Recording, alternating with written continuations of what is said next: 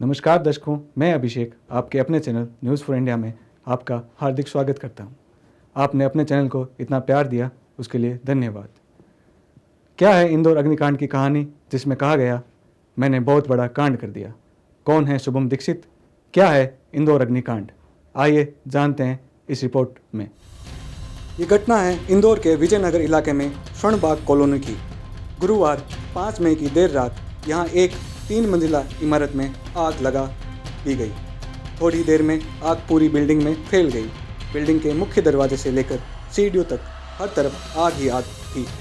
आग की लपटों से घिरे लोग जान बचाने के लिए सीढ़ियों की तरफ भागे, लेकिन पार्किंग में जल रहे 2 पहिया और 4 पहिया वाहनों के कारण बाहर नहीं जा पाए।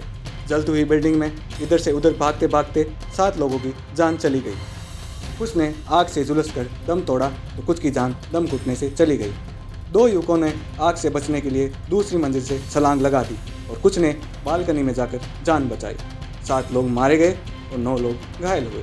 फायर ब्रिगेड आई लेकिन तब तक देर हो चुकी थी। पुलिस को लग रहा था कि इमारत में शॉर्ट सर्किट के कारण आग लगी होगी, लेकिन जब आसपास के घरों के सीसीटीवी फुटेज सामने आए तो पता चला कि आग शॉर्ट सर्किट के कारण नहीं लगी थी बल्कि लगाई गई थी। एक युवक गुरुवार रात 2:54 पर बिल्डिंग में पहुंचा और अपनी बाइक से बोतल में पेट्रोल निकाला।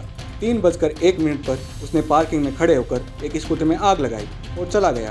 कुछ देर बाद जब वे वापस आया और सीसीटीवी कैमरे को तोड़ दिया पर डीवीआर नहीं ले पाया। आरोप है कि पार्किंग में खड़े स्कूटर में 27 साल के शुभम दीक्षित ने ही आग लगाई थी। इसके बाद दूसरे वाहनों ने आग पकड़ी और फिर पूरी इमारत तक आग फैलती चली गई।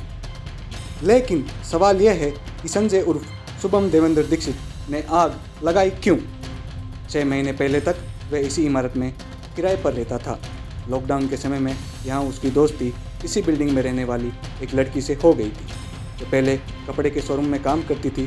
दोनों के बीच सब कुछ ठीक साथ चल रहा था, घूमना फिरना, खाना पीना, मौज मस्ती। फिर 6 महीने पहले एक दिन दोनों के बीच अनबन हो गई, जिसके बाद संजय ने स्वर्णबाग कॉलोनी वाला घर छोड़कर निरंजनपुर में मकान किराए पर ले लिया। दोनों का रिश्ता खत्म हो गया, लेकिन हिसाब बाकी था।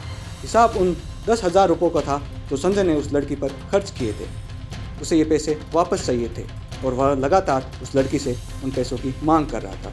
इसी दौरान लड़की का रिश्ता चंदन नगर में रहने वाले दूसरे युवक से तय हो गया था। पिछले 3 दिनों से संजय पैसों को लेकर लड़की से झगड़ा कर रहा था। शुक्रवार सुबह भी दोनों की कहासुनी हुई और संजय ने उस पर खर्च किए पैसे वापस मांगे। लड़की ने मना किया तो संजय पैसों के बदले उसकी गाड़ी मांगने लगा। युवती ने इनकार कर दिया तो उसने बदला लेने की धमकी दी और चला गया। इसके बाद रात को 3 बजे वे वापस आया और स्कूटर में आग लगाकर निरंजनपुर वाले घर चला गया। स्कूटर के साथ पार्किंग में खड़े 14 वाहन जलकर खाक हो गए। देखते ही देखते आग ने पूरी बिल्डिंग को अपनी चपेट में ले लिया और 2 महिलाओं समेत कुल 7 बेकसूर लोगों की जान चली गई।